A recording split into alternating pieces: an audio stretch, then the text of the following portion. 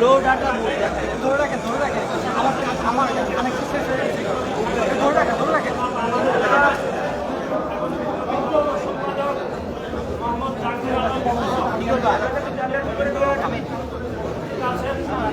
আসছে হয়েছে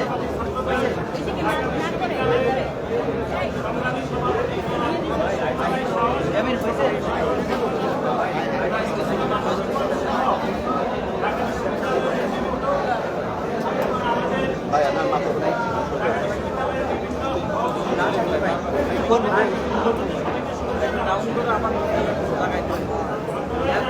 চালু করে দেন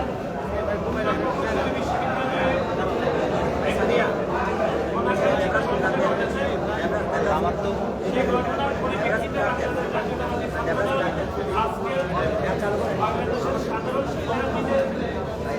বাংলাদেশের সাধারণ জনগণের বিচার অবস্থান সম্মেলনের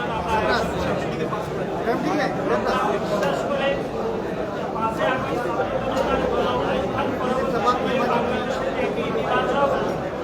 রাজনীতি চালু হয়েছে সেই নির্বাচন রাজনীতিকে স্বাগত জানিয়ে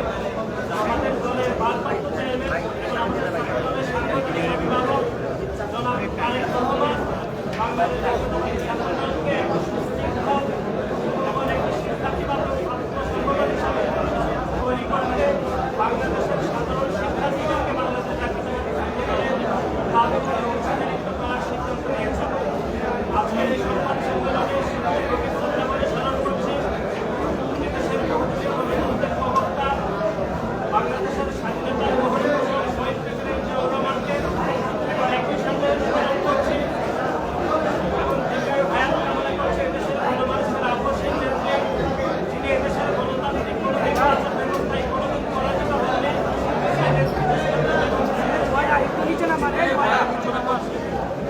একই সাথে সাথে বাংলাদেশ সেই পথচলাকে আরো বাংলাদেশের সাধারণ শিক্ষার্থীদের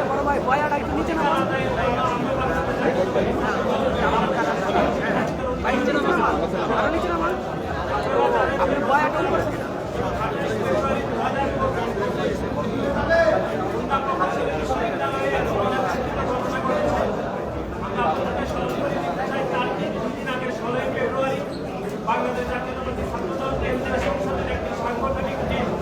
খুলনা প্রকৌশলী বিশ্ববিদ্যালয়ের 2 কিলোমিটার অদূরে বাংলাদেশ জাতীয়তাবাদী ছাত্রদলের শিক্ষার্থীদেরকে স্বাগত জানিয়ে সদস্যপদ বিতরণ করেছে। আমরা বিশ্বাস করি বাংলাদেশের যে গণতান্ত্রিক আন্দোলন এদেশের মালিকানা দেশের মানুষের হাতে ফিরে দেওয়ার আন্দোলন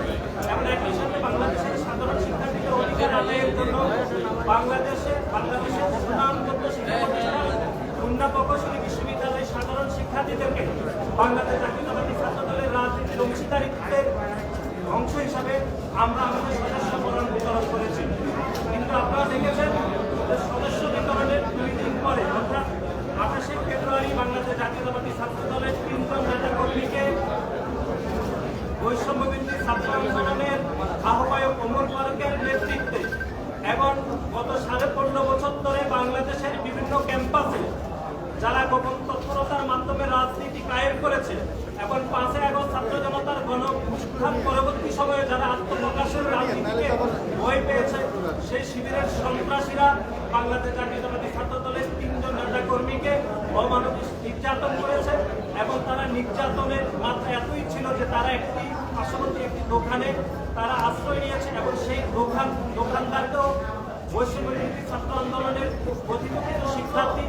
এবং শিবিরের সন্ত্রাসীরা তারা হামলা করেছে। তার পরবর্তী সময় দেখেছেন যে সেখানে গ্রামবাসী সহ এই প্রকৃত শিক্ষার্থীদের সাথে একটি অনাকাঙ্ক্ষিত ঘটনা ঘটেছে। তার পরিপ্রেক্ষিতে বাংলাদেশ জাতীয়তাবাদী ছাত্রদলের নামে এক ধরনের মব তৈরি করা হয়েছে। সে অবস্থান ব্যাখ্যা করার জন্য আজকে আমরা এখানে উপস্থিত হয়েছি। আমরা বিশ্বাস করি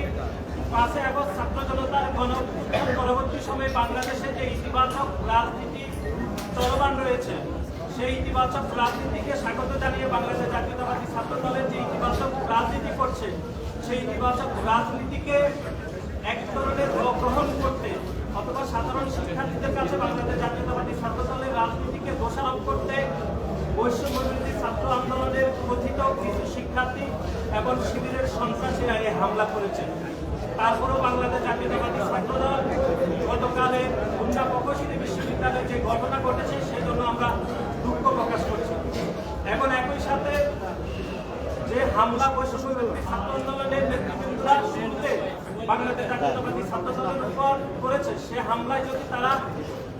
অংশগ্রহণ না করতো তাহলে গতকালে এরকম সংঘাত কখনোই ছড়িয়ে পড়বে না।